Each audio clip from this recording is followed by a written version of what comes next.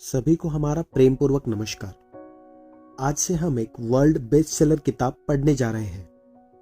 इस किताब से छोटी छोटी प्यारी कहानियों के जरिए हमें दर्शन शास्त्र यानी फिलॉसफी सीखने का एक अवसर प्राप्त होता है। इस किताब का नाम है सोफीज वर्ल्ड, सोफी का संसार, और इसके लेखक है जॉस्टिन गार्डर। 1980 के दशक में जॉस्टिन गार्डर ऑस्लो, नॉर्वे के एक जूनियर कॉलेज में दर्शन शास्त्र यानी फिलॉसफी के अध्यापक थे। किशोर छात्रों में फिलॉसफी विषय के प्रति बढ़ रही अरुचि और उदासीनता ने उन्हें चिंतित कर रखा था। एक दिन उन्होंने अपने छात्रों से पूछा, आपको क्या पढ़ना पसंद है? जवाब में उनको मिला, रहस्यमय उपन्यास यानी मिस्ट्री नॉवेल। यह सुनकर गार्डर निराश हुए और उन्होंने एक निश्चय किया कि वे एक रहस्यमय उपन्यास लिखेंगे और अपने किशोर छात्रों में मानवीय जीवन से संबंधित गूढ़ प्रश्नों में रुचि जगाने का प्रयास करेंगे। उपन्यास का प्रारंभ विद्यालय से घर लौटने पर 14 वर्षीय सोफी को लेटर बॉक्स में एक विचित्र रहस्यपूर्ण लिफाफा मिलने के साथ होता है, जिसमें कागज के एक छोटे से पुर्जे पर उसके लिए एक निराला प्रश्न है, तुम कौन हो, सोफी अथवा सोफिया? यूनानी भाषा का वह शब्द है जिसका प्रयोग पाश्चात्य दर्शन की प्रत्येक परिचयात्मक टेक्स्ट बुक में दर्शन की प्राथमिक परिभाषा या परिचय देने के लिए किया जाता है। फिलोसॉफी दो यूनानी शब्दों के योग से बना शब्द है। सोफी का अर्थ है प्रज्ञा, बुद्धिमत्ता, और फिलो का अर्थ है प्रेमी। सारांश यह कि फिलोसॉफी का अभिप्राय प्रज्ञा अथवा बुद्धिमत्ता से प्रेम है। दूसरे शब्दों में कह सकते हैं कि सोफी का संसार बुद्धिमत्ता और प्रज्ञा का संसार है, और जिसे भी इस संसार से प्रेम है वह दार्शनिक फिलोसोफर है। मैं कौन हूं प्रश्न का उत्तर आत्मज्ञान प्राप्त किए बिना संभव नहीं है। सोफी के लिए इस प्रश्न का उत्तर ढूंढना सरल तो नहीं, लेकिन महत्वपूर्ण हो जाता है। सोफी का संसार हमें अपने विचार करने की क्षमता और महत्ता के प्रति अधिक सजग और संवेदनशील बनाने में सहायक है। ज्ञान, संस्कृति, नैतिकता, सौंदर्यबोध संबंधी पुराने और समकालीन विवादों की विवेचना विशिष्टया हमारे दैनिक जीवन के लिए उनकी प्रासंगिकता और सार्थकता को बड़े रोचक एवं सुबोधगम्य आख्यानों में प्रस्तुत किया गया है। तो आइए हम शुरू करते हैं इसका पहला भाग, ईडन की बगिया। किसी क्षण अवश्य ही कुछ शून्य से निकलकर आया होगा। सोफी एमेंडसन स्कूल से अपने घर की ओर आ रही थी। वापसी के शुरू वाले हिस्से में जोआन उसके साथ थी। वे रोबोट्स पर चर्चा कर रही थी। जोआन सोचती थी कि मनुष्य का मस्तिष्क एक उन्नत कंप्यूटर जैसा ही है, पर सोफी उससे पूरी तरह सहमत नहीं थी। निश्चय ही एक व्यक्ति महज मशीन ही तो नहीं हो सकता है ना। सुपरमार्केट पहुंचने के बाद वे अपने अलग अलग रास्तों पर चल पड़ी। सोफी एक पसर रहे उपनगर के बाहरी हिस्से में रहती थी और वहां से स्कूल की दूरी जोआन की तुलना में दुगनी थी। उसके घर के आगे वाले बाग से परे कोई और मकान नहीं थे, जिससे ऐसा लगता था कि उनका मकान दुनिया के आखिरी छोर पर है, जहां से आगे वन शुरू हो जाते थे। नुक्कड़ से घूमकर वह क्लोवर क्लोज में आ गई। सड़क के आखिरी सिरे पर एक तीखा मोड़ था, जिसे कैप्टन्स बैंडेड कहते थे। सप्ताहांत को छोड़कर लोग उस तरफ अक्सर नहीं जाते थे। मई के शुरुआती दिन थे। कुछ बागों में फलदार वृक्ष डैफोडिल्स के घने गुच्छों से घिरे हुए थे। बर्च के वृक्षों पर पहले से ही हल्के हरे पत्ते आने लगे थे।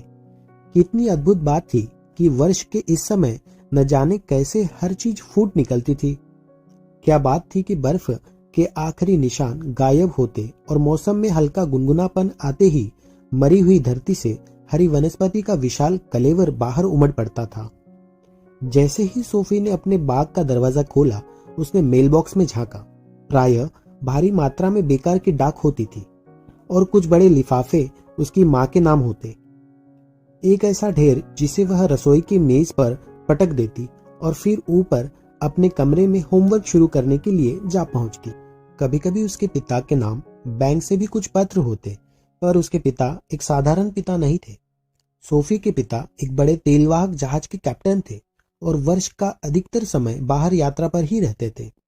जब कभी कुछ सप्ताहों के लिए वह घर पर होते तो सोफी और उसकी माँ के लिए घर को सुखद और आरामदेह बनाने के लिए घर में चीजों को सजाते संवारते रहते। किंतु जब वह समुद्री अभियान पर होते तो कहीं बहुत दूर जा चुके प्रतीत होते। मेल बॉक्स में केवल एक ही पत्र था और वह था सोफी के नाम। सफेद लिफाफे पर लिखा था सोफी एमेंडसन, 3 क्लोवर क्लोज। बस इतना ही। भेजने वाला कौन है यह कहीं नहीं लिखा था। इस पर कोई डाक टिकट भी नहीं था। सोफी ने गेट बंद करते ही लिफाफा खोला। अंदर लिफाफे के साइज के बराबर कागज की एक स्लिप थी। लिखा था तुम कौन हो, और कुछ नहीं, केवल 3 शब्द हाथ से लिखे हुए और उनके बाद एक बड़ा प्रश्न चिन्ह। उसने लिफाफे को दोबारा देखा। पत्र तो निश्चय ही उसके लिए था। आखिर मेलबॉक्स में इसे किसने डाला होगा। सोफी जल्दी जल्दी लाल मकान में चली गई। हमेशा की तरह आज भी उसकी बिल्ली शेरेकन फुर्ती से झाड़ियों से निकलकर आगे बढ़ती पैड़ी पर कूदी और इससे पहले कि सोफी घर का दरवाजा बंद करती अंदर आ गई। जब सोफी की माँ का मूड ठीक नहीं रहता तो वह घर को मैनेजरी जंगली जानवरों का संग्रहालय कहती। निश्चय ही सोफी के पास यह संग्रहालय था और वह इससे काफी खुश थी। इसकी शुरुआत हुई थी 3 सुनहरी मछलियों से, gold top, red riding hood और ब्लैक जैक। उसके बाद वह 2 ऑस्ट्रेलियाई बजरीगर मिट्ठू ले आई जिनके नाम स्मिथ और स्म्यूल थे। फिर गोविंदा नामक कछुआ आया और अंत में मार्मालैंड जैसी बिल्ली शेरकन। यह सब उसे इसलिए दिए गए थे क्योंकि उसकी माँ कभी भी अपने काम से दोपहरी बीतने के भी काफी देर तक घर नहीं लौट पाती थी और उसके पिता तो अधिकांश समय बाहर ही रहते थे, सारी दुनिया में समुद्री यात्राएं करते हुए। सोफी ने अपना स्कूल बैग फर्श पर एक कोने में लटका दिया और एक बड़े कटोरे में कैट फूड भरकर शेरेकन के सामने रख दिया। फिर वह रहस्यमय पत्र अपने हाथ में लिए हुए रसोई में स्टूल पर बैठ गई। तुम कौन हो? उसे इसकी कोई समझ नहीं थी। हाँ, वह सोफी एमेंडसन अवश्य थी, किंतु सच में वह थी कौन? वास्तव में इसका सुराग नहीं लगा पाई थी अब तक। अगर उसे कोई दूसरा नाम दे दिया गया होता तो क्या होता, जैसे एनी नटसेन, तो तब क्या वह कोई और हो जाती? तब अचानक उसे याद आया कि शुरू में उसके पिता चाहते थे कि उसे लिलेमोर के नाम से जाना जाए। सोफी ने कल्पना करने का प्रयास किया कि वह लिलेमोर एमेंडसन के रूप में अपना परिचय दे रही है और हाथ मिला रही है, किंतु उसे यह सब गलत लगा। वह तो कोई और थी जो सबको अपना परिचय दिए जा रही थी। वह कूदकर बाथरूम में चली गई, उस विचित्र पत्र को अपने हाथ में लिए हुए। अब वह दर्पण के सामने खड़ी रहकर अपनी आंखों की प्रतिछाया को एकटक देख रही थी। मैं सोफी एमेंडसन हूं, उसने कहा। दर्पण में मौजूद लड़की ने कोई भी प्रतिक्रिया नहीं की कि थोड़ा सा भी हिलती डुलती। जो कुछ भी सोफी करती वह भी हूबहू वैसा ही करती। सोफी ने दर्पण में अपनी प्रतिछाया को चपल गति से हराने की चेष्टा की, किंतु वह भी उतनी ही तेज निकली। तुम कौन हो? सोफी ने पूछा। सोफी को इसका भी कोई प्रत्युत्तर नहीं मिला। हाँ, उसे क्षणिक भ्रम तो जरूर हुआ कि यह प्रश्न उसने पूछा था या उसकी प्रतिछाया ने। सोफी ने अपनी वर्तनी शीशे में नाक पर लगाई और कहा, तुम मैं हो। जब उसे इसका भी कोई उत्तर नहीं मिला तो उसने वाक्य को पलट कर कहा, मैं तुम हूं। सोफी एमेंडसन प्रायः अपनी शक्ल सूरत से असंतुष्ट रहती थी। उसे अक्सर बतलाया जाता कि उसकी आंखें सुंदर हैं, बादाम की आकार सी, किंतु लोग शायद सिर्फ ऐसा इसलिए कहते थे क्योंकि उसकी नाक कुछ ज्यादा ही छोटी थी और मुंह ज्यादा ही बड़ा। उसके कान भी आंखों के कुछ ज्यादा नजदीक थे। सबसे खराब थे उसके सीधे लटकते बाल, जिनके साथ कुछ भी करना असंभव था। कभी कभी उसके पिता उसके बालों को सहलाते और उसे क्लॉड डेबुसी के संगीत रचना की तरह पर अलसी जैसे बालों वाली लड़की कहते। पिताजी के लिए तो यह ठीक था क्योंकि उन्हें ऐसे सीधे सपाट केशों के साथ जीने की कोई मजबूरी नहीं थी। सोफी के केशों पर न तो किसी खुशबूदार क्रीम और न ही किसी स्टाइलिंग जेल का कोई प्रभाव पड़ता।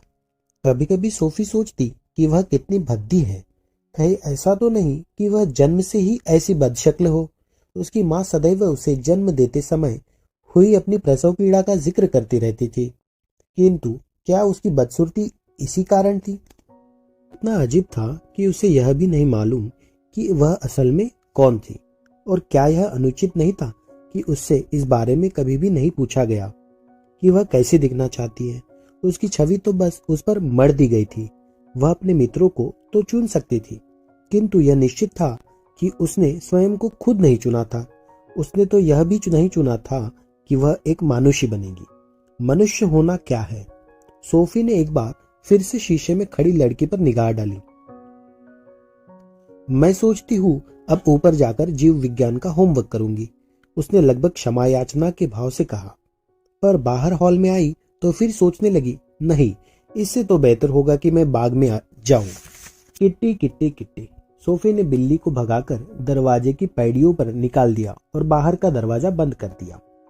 अब सोफी बाहर बजरी वाले रास्ते पर उस रहस्यमय पत्र को हाथ में लिए खड़ी थी कि एक बड़ा ही विचित्र भाव उसके शरीर में दौड़ गया। उसे लगा जैसे वह एक गुड़िया है जिसे कोई जादुई छड़ी घुमाकर अचानक सजीव बना दिया गया है।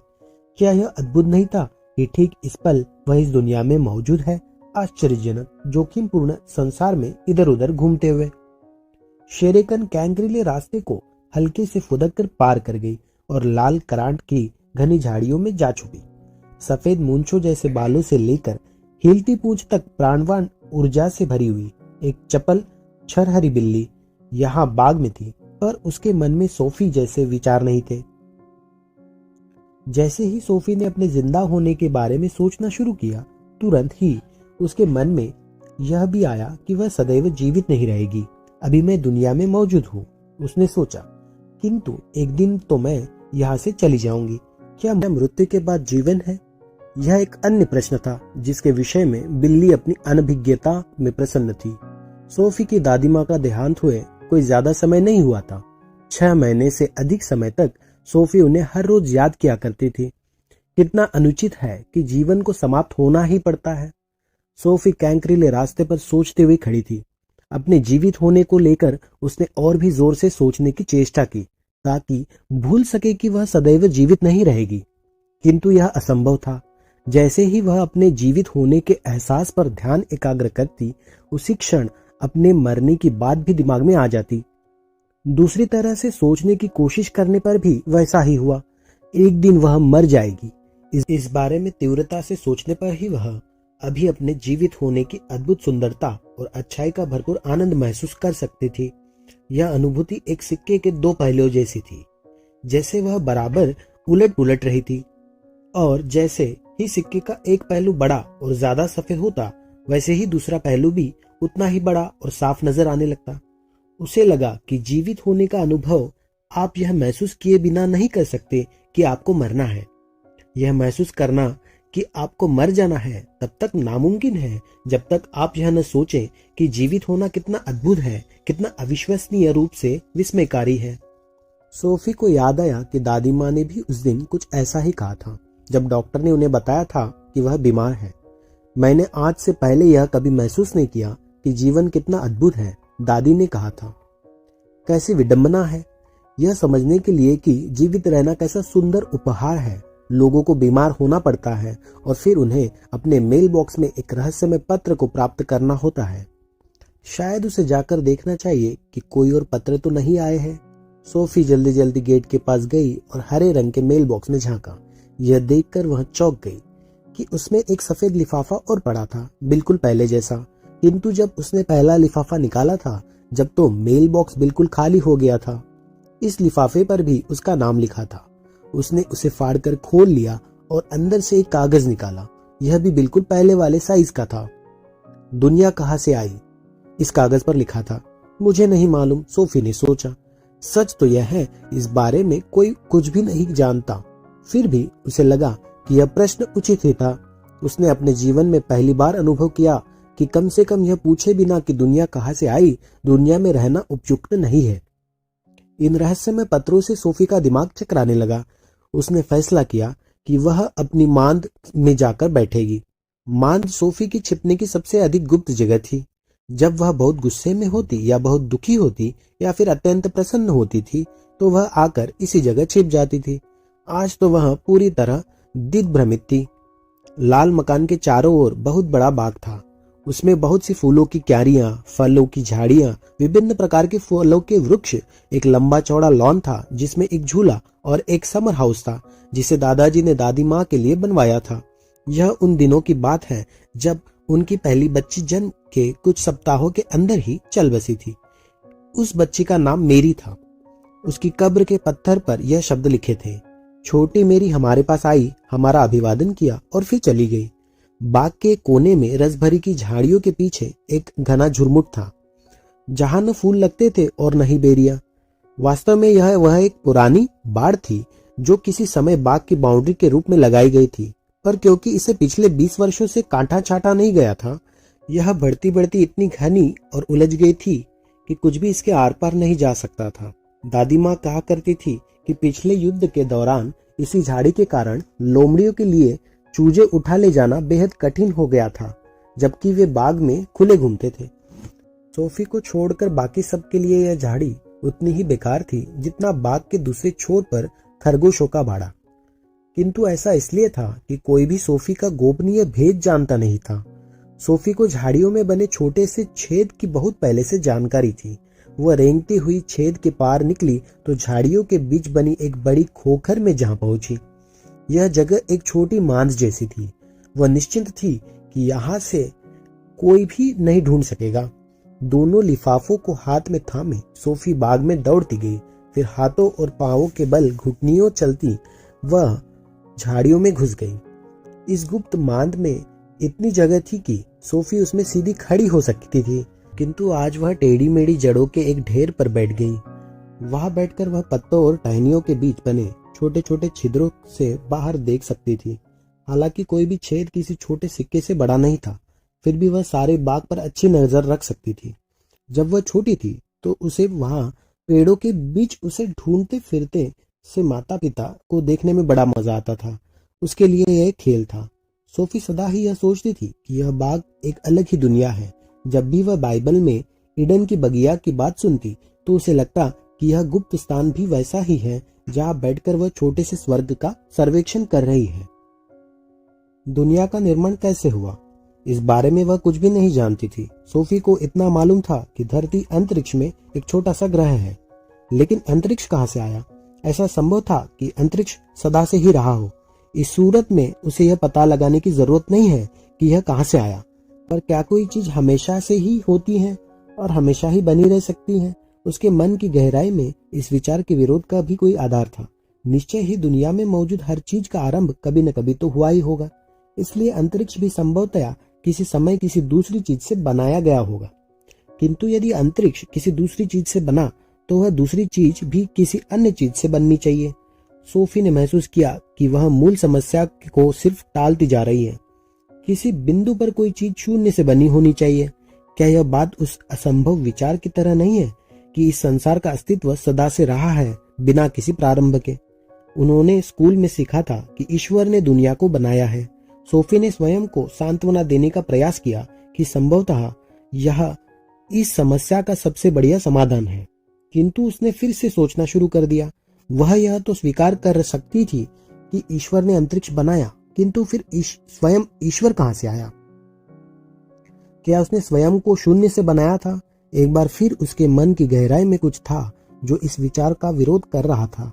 माना कि ईश्वर सब प्रकार की चीजें बना सकता है, किंतु वह स्वयं को तब तक नहीं बना सकता जब तक उसके पास बनाने के लिए स्व न हो। तो बस एक संभावना शेष बची रहती। ईश्वर का अस्तित्व सदा रहा है, ईश्वर स्वयंभू है। किंतु इस संभावना को तो वो पहले ही अस्वीकार कर चुकी थी। हर चीज का जो भी अस्तित्ववान है एक आरंभ तो होना ही चाहिए। उफ, कैसी उलझन है। उसने दोनों लिफाफे फिर खोल डाले। तुम कौन हो? दुनिया कहाँ से आई? नाहक परेशान करने वाले सवाल। और हाँ, यह पत्र कहाँ से आया? यह बात भी लगभग उतनी ही रहस्यमय थी। वह कौन है जिसने सोफी के जीवन को झंझोड़ कर रख दिया था और अचानक ही उसे विश्व के सबसे गुड़ पहेलियों के सामने ला खड़ा किया था? सोफी तीसरी बार फिर अपने मेल बॉक्स के पास गई। कुछ क्षण पहले ही डाकिया आज की डाक डाल गया था। सोफी ने इसमें से बेकार चिट्ठियों का बड़ा सा ढेर बाहर निकाला, जिसमें कुछ पत्र पत्रिकाएं थी और कुछ एक पत्र उसकी माँ के लिए थे। एक पोस्ट कार्ड था। उष्णकटिबंधीय समुद्र तट का चित्र बना था इस पर। उसने कार्ड को उल्टा। इस पर नॉर्वे की डाक टिकट लगी थी और इस पर डाक चिन्ह था UN बटालियन। क्या इसे पापा ने भेजा था?